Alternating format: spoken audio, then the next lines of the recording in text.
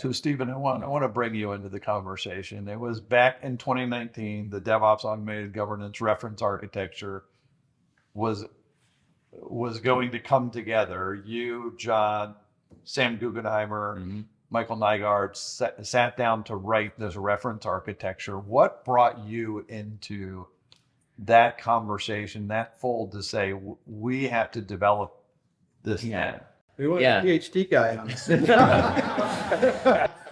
Well, what's funny is it's sort of that background that brought me to that group. Because like you guys were talking about, digital signatures and, non-repudiation and, integrity, like having, provable evidence of integrity and attestations, ledgers, and there were like, there was a real desire to like do it right, right? Like, how do we not just write something down that will satisfy the auditors or write something down that, can be automated and leave it there. What's easy to automate? It was like, how do we actually do the right thing so that, it can stand up to this sort of like intense questioning? Like, oh, well, what if this thing happened? What if this person had access? What if you didn't check this?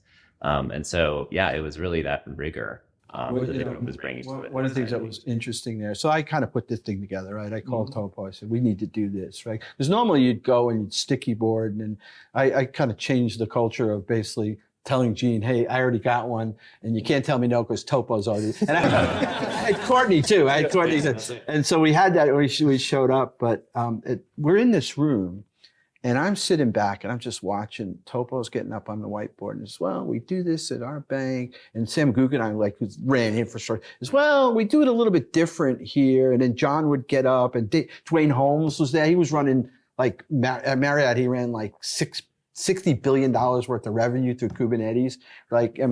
A real player. And they're all just on the board having discussions about, and I'm like, I was like, man, do I have a great life, It's just listening to them to, well, at Microsoft, we do it a little different, but like, this is great. That was an awesome experience sitting in that room with all you and just, Was there a breakthrough moment during that whole thing? So what originally happened was I had Kit Merker, who pinged me about Grapheus. I was doing a bunch of DevSecOps presentations. And he said, you need to look at Grapheus. And he was a PM at Google on Grapheus. And I look at it. And then that's what I call it. So this is a CRUD for attestations, right? And so I think, we talked about, could we do this? And I think for the first half a day, I think we were almost talking ourselves that it couldn't work. I don't know if you remember that. There was like some people that were sort of arguing that, I don't think this is going to work, guys. And people and I was getting defensive. My Irish was getting up. I'm getting all angry, and I'm like, it's got to work. I don't really know what the arguments were. I guess they were overcomplicating. We weren't getting into like the commit SHA and all this stuff, right? And I think some people were sort of overthinking what we were. Yeah, during that time, if you remember, blockchain was number one. Yeah. AI is number one now. Yeah. Everything had to transform into some sort of blockchain. And I think everybody was freaking out about that. Yeah. This is a blockchain problem. Like every problem is blockchain. Yeah. And that was the overthinking that we kind of. Yeah, and all we wanted to do is the admin control say go or no go, right? Like, did you have these breadcrumbs? Well, and that's what I remember as the breakthrough is when you defined. I think I remember Topo describe it, writing it, at least drawing it. He was like what does the control look like? We were going to have this. Here's what we're going to have. We're going to have a box, and it's going to have these inputs and these outputs, and this is the control. Yeah. The whole idea was kind of, it came to me. Your background kind of suddenly speaks to you and says that, hey, you are deviating. Please come in line. So if you look at the whole pipeline, and then it almost resembles a complex mechanical system. And to solve complex mechanical system, you have to do free body diagram, which is taking one element out and just look at it just by itself. And then look at all the incoming and outgoing, or all the forces that are coming in and being applied to it.